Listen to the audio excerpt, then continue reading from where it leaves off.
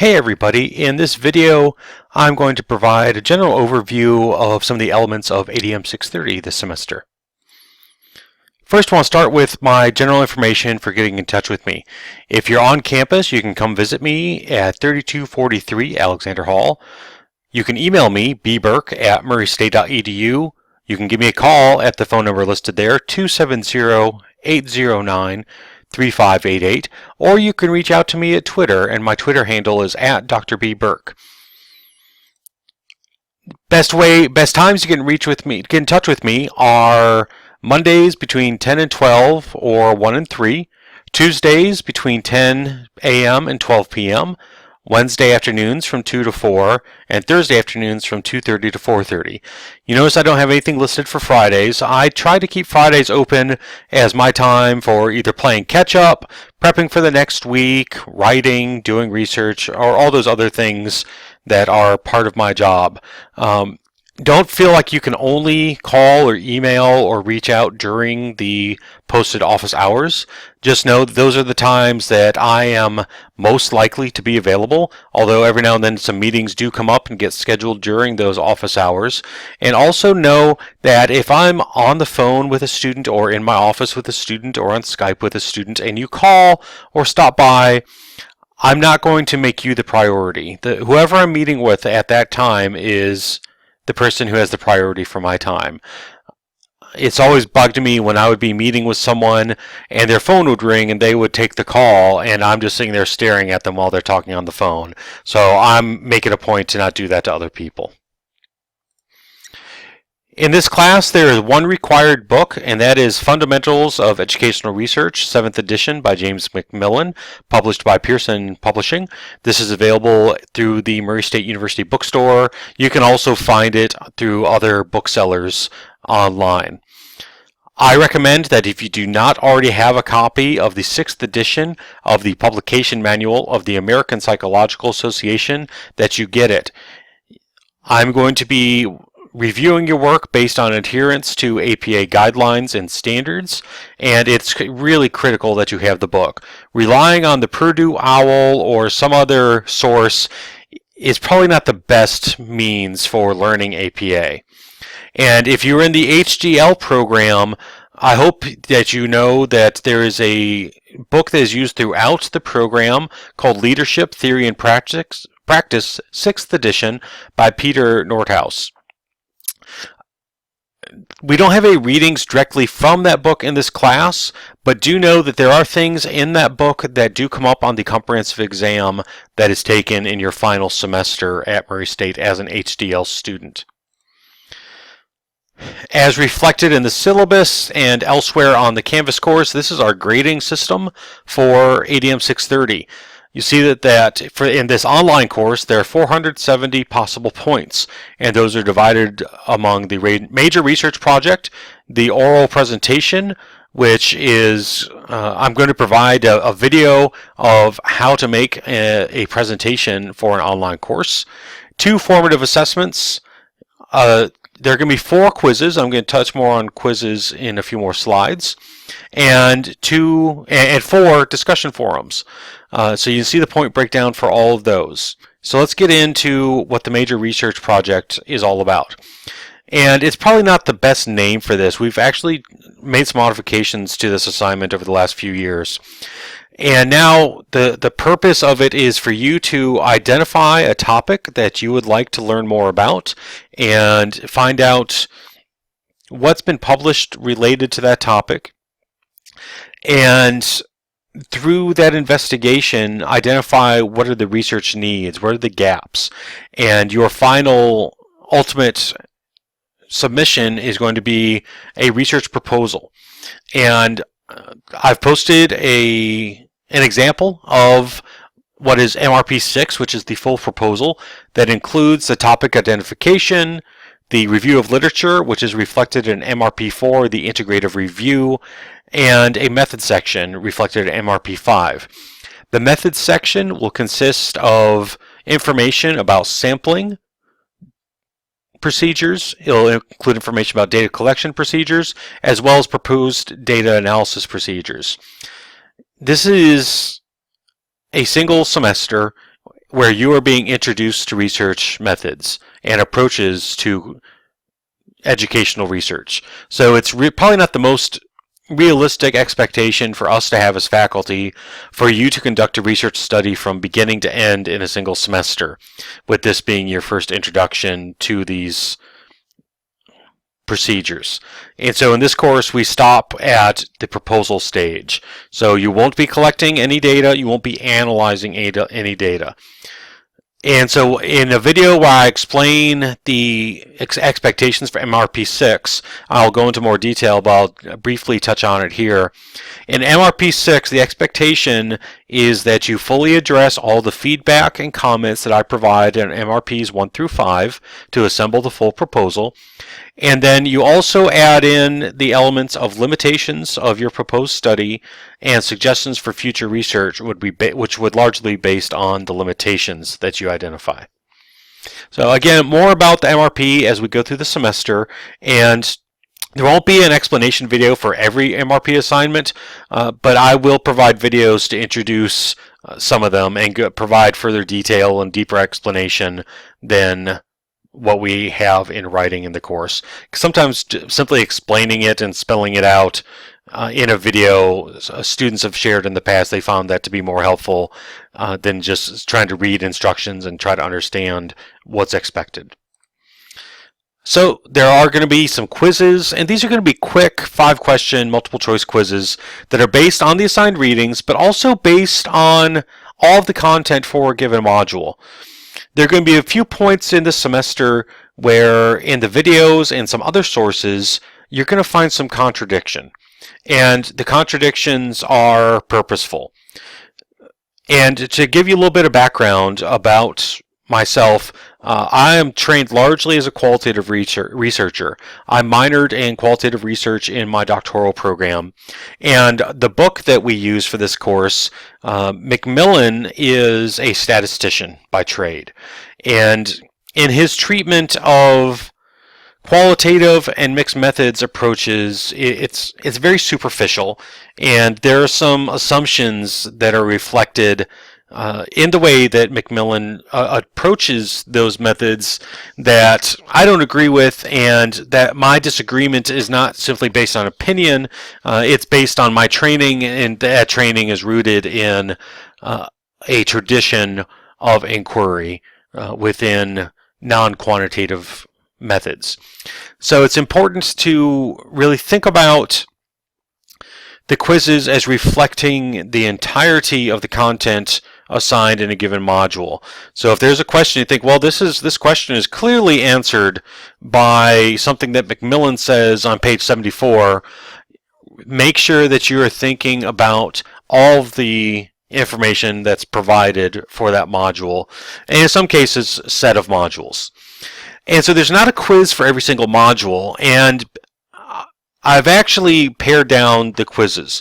At one point, when I first put this course online, I had a quiz for almost every module, and students were sharing that it was overwhelming, and they also felt that the quizzes really weren't helping them understand either what they were learning or where they needed to address further. And so I've reduced the number of quizzes to 4, and as you take each quiz, you'll see that there's feedback if you choose a wrong answer, but also there's feedback when the right answer is chosen for a particular question. And I've chosen to place the quizzes strategically throughout the course at places where students in past semesters have struggled a bit more. And I think it's important that every semester I am able, as much as possible, to modify the course based on what I've learned from the previous semester or a series of semesters. And so that's why there are quizzes in the course. That's why there's only 4 of them, because I've learned from student feedback and listened to student feedback. And they're placed strategically based on where students had some of the most difficulty with topics. In addition to the quizzes, there are also discussion forums. And I go into quite a bit of detail in terms of what's expected with the discussion forums. But for each one, you'll be given a prompt to respond to. And in your response, part of what I'm looking for is you're being able to demonstrate that you reviewed the assigned material for a particular module. So that's the readings, multimedia content, and so on, and that your response reflects an understanding of that content. And so each of you, it will be expected to compose your own response to each given prompt, and then also respond to at least two of your peers.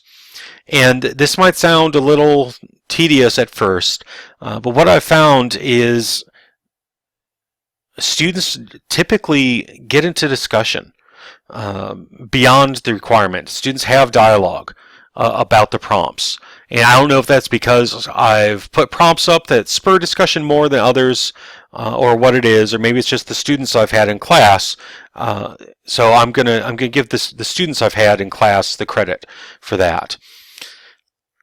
And then one of the discussion forums is actually going to be a collaborative process among all the students in this class, where you're developing potential survey instruments based on your topics.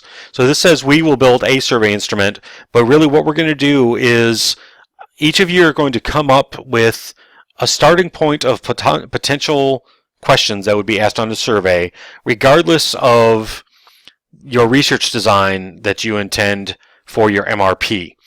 And we will collaborate and really think critically about what questions we ask participants, how we ask them.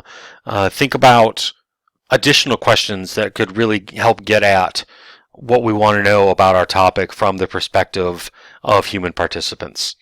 So more on that. I'm going to explain the survey instruments discussion in much greater detail as we move on in the course and as that is approaching. So as I mentioned, I'm going to be providing a separate video reflecting the presentation portion of the MRP. I think it's probably best to use voiceover PowerPoint, which is what I'm doing right now for this video. And I will make a video demonstrating the tool that I use, which is called Screencast-O-Matic. There are a number of tools out there. I'm actually going to use a few different tools in this course, just so you can see that there are different approaches to creating content for online use. And also, I like to try to keep fresh with different tools that are available in online teaching. At the beginning of every semester, I like to make sure that I spend a moment talking about our academic honesty policy. And it is spelled out in great detail in the syllabus. It is critical for you to review it. And I'll share that academic violations of the academic honesty policy are generally not the result of intentional acts of deceit by students. So it's really, we label it as cheating quite a bit, or fabrication or falsification. We call it plagiarism. But I'll give an example, or a couple of examples of what violations look like. Let's say that you're working on one of your assignments and you're finding all of your articles, and you find some books online. And so you're able to copy and paste content as placeholders in your paper. And you say, I'm going to remember that I copy and pasted this quote from this article that I found, and then I'm going to kind of write about the quote and use that as part of my approach to the literature review. Well, what I've seen happen is students forget that they put that in there as a placeholder, and they just keep on writing their paper.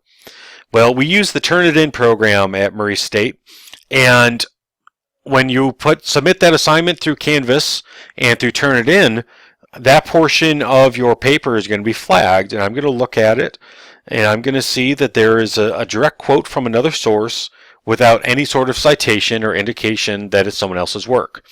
And then I have the task of determining, conducting my assessment of what is now your violation of the academic honesty policy. Now, I'm not going to say that you shouldn't use that process of taking notes or pieces from other manuscripts or other articles that you find and using them as placeholders. I would not do it in the document that's going to become my paper. I might create a separate document and collect quotes that I want to write around or utilize in my paper, and put the citation or the reference entry for that source at the top of the document, and maybe each source for my paper gets its own page or something like that. Something else that happens is kind of really falls more into a violation that would look like cheating. There's so much information available on the internet. We conduct a Google or Bing search or whatever the name of your favorite search engine is, and we type in our research topic, and we find some great things that pop up. And maybe it kind of goes back to the last example that I used, the previous example of putting things in as placeholders. Oh, surely I'm going to remember to go back and cite this properly, or use this as a placeholder to write my paragraph about this topic, or whatever it might be. But usually what happens is I see quite a bit of this when I do see instances of violations of the academic honesty policy, where students put something in and it shows up as coming from a paper at another institution. And it's probably not that the student has gone out searching for previously published papers or previously submitted papers at other institutions. It's just that by virtue of searches on the internet, these things pop up. And we see these great ideas, and either we forget, or we feel like we're running low on time. Whatever it is, we make some sort of decision to put that material in our paper. So whatever the case is, we want to make sure that we're giving full citation and full credit for any source that is informing what we're writing in our papers. And if you ever wonder whether or not you should be citing something, the answer is you should be citing it. If you ever have questions about integrating work from other sources into your paper, please email me or call me or tweet me, whatever it is. Let's talk. I'll help you learn the process. I don't assume that everybody comes into this class or into a graduate program kind of understanding some of these nuances of writing. Writing is a skill, and it takes time to develop. And part of my job is to help you learn that skill and to develop as writers. Now, there are pretty serious consequences for violating the academic honesty policy, and you can see them listed there. Depending on where we are in the semester, I may or may not permit resubmission of a work where I suspect violation of the academic honesty policy. The extent to which you have made efforts to communicate me with throughout the semester and have responded to emails or posts that I've made asking questions on Canvas also can have or play into the extent to which I determine what the ramifications are going to be for my perceived violation of the policy. So I guess kind of what I'm saying is there is some subjectivity there, and I think it'd be foolish to suggest that determining consequences for violation of the policy is objective, because it's not. So make sure that you're in communication with me as things come up. I guess this kind of takes us to overall communication. Be clear and timely in your communication. If you have something come up and you're having trouble meeting a deadline that's coming up for class, email me and let me know. I'm not there. We have deadlines in the class for a reason. I'm not into students falling behind because life happens. Life happens. Y'all, my brother passed away when I was an undergrad, and that resulted in one of my worst semesters as a college student. My mom passed away while I was writing my dissertation, and it put a bit of a delay in me being able to complete my dissertation. I ended up graduating on time for both of those degrees, but life happens. And one of the reasons I was able to kind of meet my deadlines that I'd set for myself for graduating within both those programs was I communicated with my professors. I let them know exactly what was going on. And in past semesters, students have let me know that they've had illnesses come up, whether for themselves or family members, and had kind of suggested, well, I can't get it done by the deadline next week, but I feel pretty confident that if I had an extra 4 or 5 days, I can get it done. I'm all for working with students, as long as things are reasonable for both of us. Every email that I send is going to go to your murraystate.edu email account. You must use your Murray State email. If you email me from your personal account, know that I'm going to also copy your Murray State account and ultimately stop using your personal account. Make sure that you have set your Canvas notifications to receive email alerts for announcements made from your Canvas courses. I make extensive use of the announcements feature within Canvas. As I mentioned with the Major Research Project series of assignments, the culminating assignment of MRP 6, one of the primary expectations is that you do address feedback that I provide on all of the previous assignments.